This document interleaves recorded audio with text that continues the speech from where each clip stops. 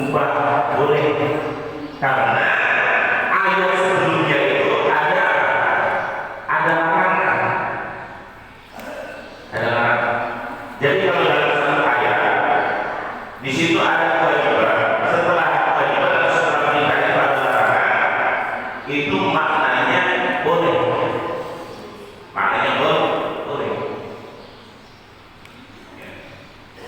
Perintah datang setelah larangan, ya, itu yufidul ibahah, ya, itu akan memalikan makna perintah itu menjadi boleh. Contoh yang lain, paling kita bahas juga kan, hutang piutang itu harus dicatatkan. Si A hutang saya, catat. Yang mencatat siapa? Yang membuka siapa? Kalau bisa dua-duanya, yang memberi hutang atau yang menghutang. Ini beritanya wajib atau bukan? Di ayatnya itu kalau kan wajib, tapi di situ ada pemerintah. Baik lagi orang terlihat dari itu tidak akan saja terjadi. Tapi kata Allah, kalau kalian sudah saling percaya,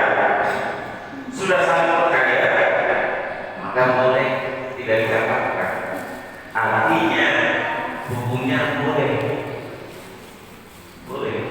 Hutang piutang dicatat, hukumnya boleh kalau sudah saling kenal, sering percaya.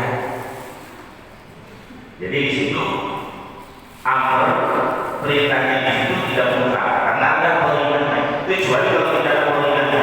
Apa itu polingannya? Dalil atau indikator luar yang memiliki makna amr. Contoh tadi, aqimus shalah,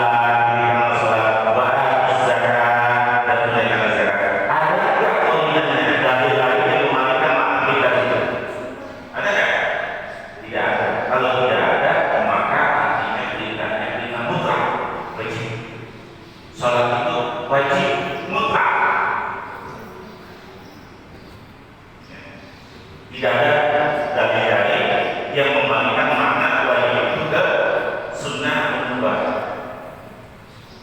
Ini maknanya salah satu ya. Terus. Kemudian contoh yang lain, sunnah, ya, perintah bersuah. Kata Rasulullah di dalam salah satu hadisnya beliau mengatakan, laula an asyqa ala ummati la amartuhum biswak inda kulli salat. Seandainya tidak memberatkan umatku, kata Rasulullah, pasti akan saya perintahkan setiap kali mereka mau sholat sikat gigi. Ini kata Rasulullah. Kata Rasulullah, seandainya tidak membebani umatku, maka setiap kali mau sholat zuhur sikat gigi, mau sholat asar sebelum sholat asar, sebelum wudu sikat gigi, wudu baru sholat, sebelum sholat maghrib sikat gigi. Seandainya kata Rasulullah tidak memberatkan umat, maka saya wajibkan sikat gigi setiap kali mau sholat. Tapi ternyata memberatkan enggak?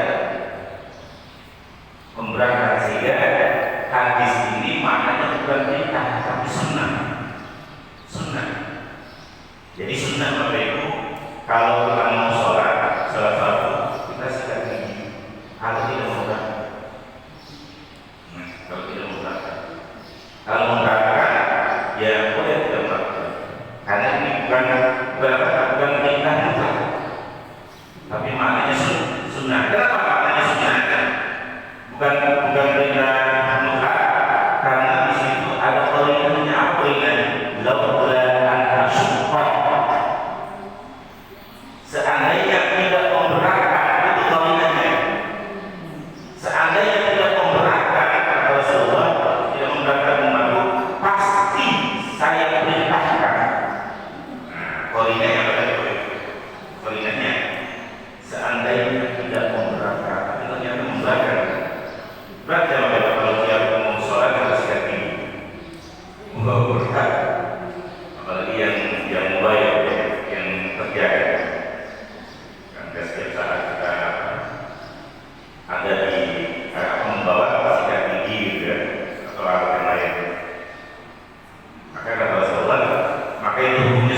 bukan kita wajib, sunnah saja. Kalau kita lakukan bisa lakukan apa? Kalau kita tidak melakukannya tidak berdosa, gitu ya, tidak berdosa. Kemudian misalnya contoh yang lain, yang tadinya wajib tidak diubah. Contoh perintah makan minum setelah puasa. Perintah makan minum setelah puasa. Apa kata Allah? Wakulu wasyarabu hatta yatabayyana lakumul khaytul abyadu minal khaytil aswadi minal fajr. Setelah kita berpuasa dari apa itu? Waktu apa? Imsak sampai menjelang maghrib. Setelah itu apa? Kita diperintahkan makan dan minum. Makan dan minum. Lihat. Dari waktu setelah salat Isya kita dilarang untuk makan dan minum, bahkan bersetubuh ya dengan istri sampai waktu berbuka puasa. Setelah itu ada perintah makan dan minum. Awalnya diharamkan makan dan minum di siang hari, kemudian malam harinya dibolehkan. Berarti haram atau perintah datang setelah haram, setelah diharamkan, maka akan menghasilkan hukum mubah. Jadi kalau ada larangan atau ada perintah setelah datangnya larangan, maka maknanya mubah. Maknanya mubah, boleh.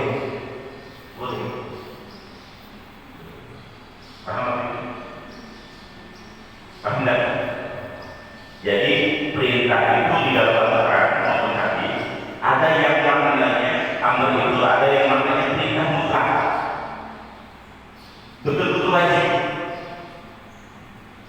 Kalau tidak ada perintah, contohnya perintah sholat, sholat pada zakat, ada perintah lagi yang memberikan makna perintah untuk sholat dan menunaikan zakat, ada tidak? Para ulama, para ahli fikih, usul fikih, mereka menemukan ternyata tidak ada yang memberikan makna wajib sholat dan wajib zakat, wajib puasa dan seterusnya. Maka artinya perintahnya itu apa? Wajib mutlak. Sholat itu artinya apa? Perintahnya perintah wajib mutlak.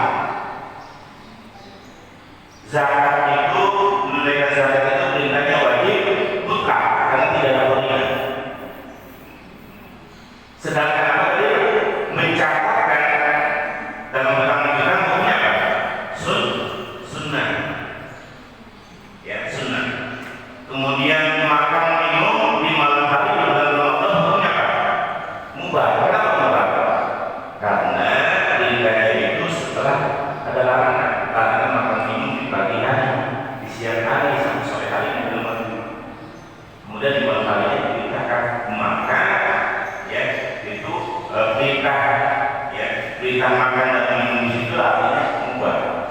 Ya, apa larangan atau mubah apa? Perintah datang setelah larangan maka akan menghasilkan hukum mubah. Boleh. Baik, sampai sini Bapak Ibu. Kita santai aja, ada isu mengasahkan. Ada ini, ada contoh yang lain. Ada contoh yang lain. Makna perintah, maknanya mutlak. Ada juga maknanya sunnah. Ada juga maknanya boleh juga makna apa? Maknanya apa? Mubah, sunnah. Ada lagi yang ngasih contoh. Ziarah kubur hukumnya apa?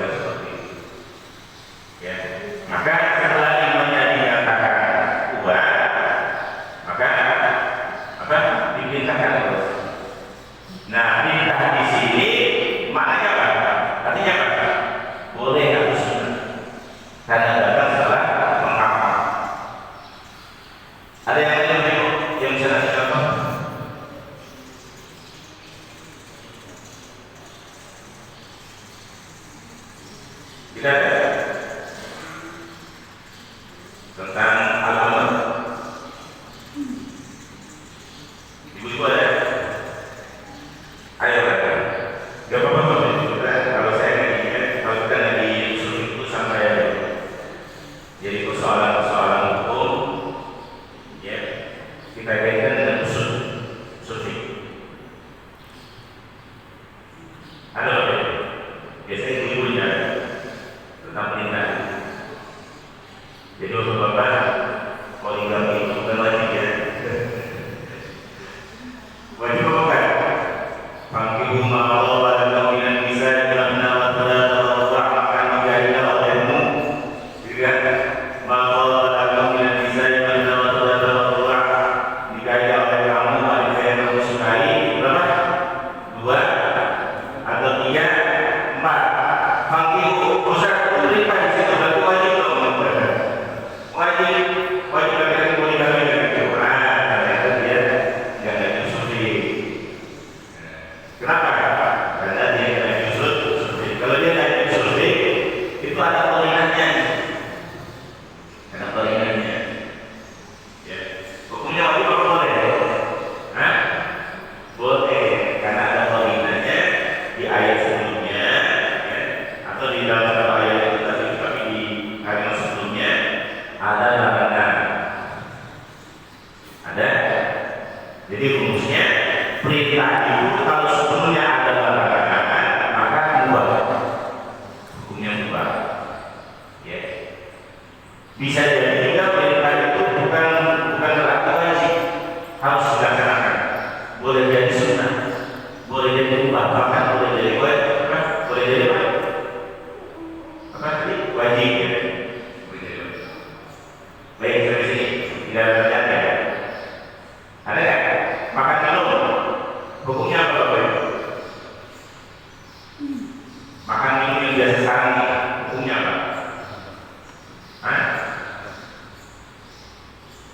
Kok bingung? Ayo, makan minum hukumnya apa? Ustaz ini, Ustaz di sini wajib. Tapi bagi siapa? Bagi yang lapar. Kalau dia makan saat itu, maka dia mati. Ya kan? Maka makan saat itu wajib. Bahkan meskipun harus mengambil hak orang lain. Meskipun, tapi Bapak Ibu, biasanya atau dalam usul itu dibatasi. Karena asalnya haram. Tapi karena berat, ya, maka dibolehkan bahkan diwajibkan. Tapi jika ditentukan kadarnya, contoh ini, misalnya daging yang haram itu daging apa? Hah?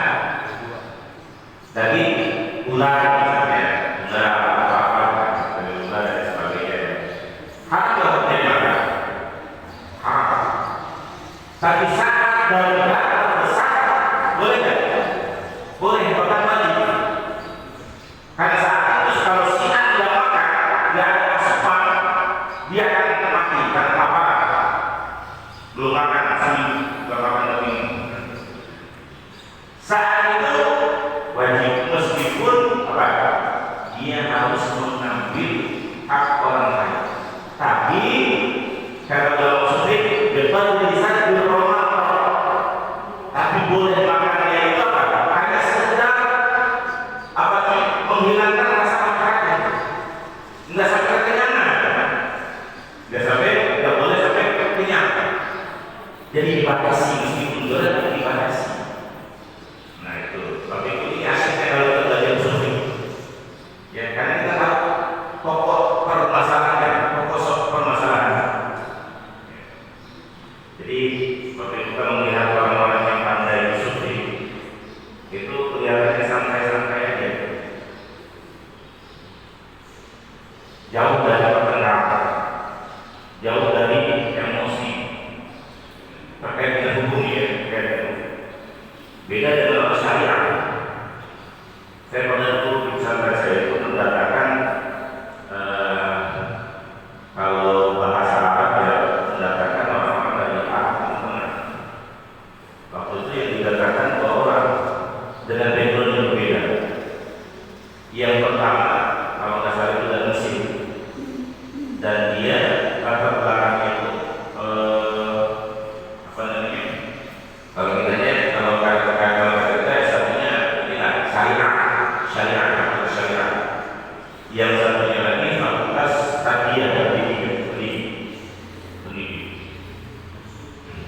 Wah, yang syariat ini kalau syariat itu tidak melihat kita gigi rame-rame. Ada gigi ada kasih jendela kecil. Yang fakultas syariat. Kan yang fakultas pendidikan, ya sih. Ibarat mereka ini kalau kata ini sampai selalu berhenti. Ya, jadi orang yang berkuliah fakultas tarbiyah atau fakultas usul fiqh melihat suatu persoalan itu, masalah itu dilihat dari pokok masalah, maka itu syariat yang dilihat, maka itu syariat dan seterusnya. Baik, kepada Allah Subhanahu wa Ta'ala, karena waktunya sudah melewati jam 6 lewat, karena tidak ada pertanyaan juga. Kalau ada pertanyaan silakan, kalau tidak ada ya nanti kita lanjutkan lagi terkait dengan perintah dan larangan. Nanti Bapak Ibu silakan dalam keseharian misalnya ada persoalan atau masalah, coba kita tengok dari usul fikih. Ya, nah pokok masalahnya di mana nih? Pokok masalahnya di mana? Sehingga misalnya ini jadi pertentangan dan sebagainya, gitu ya. Pokok masalahnya di mana? Insyaallah nanti kita kaitkan dengan kaidahnya, kemudian kita kaitkan dengan ini dalilnya, ada Quran, ada dari hadis, ada dari sahabat dan sebagainya. Baik, kita akhiri sama-sama dengan membaca doa. Ya Allah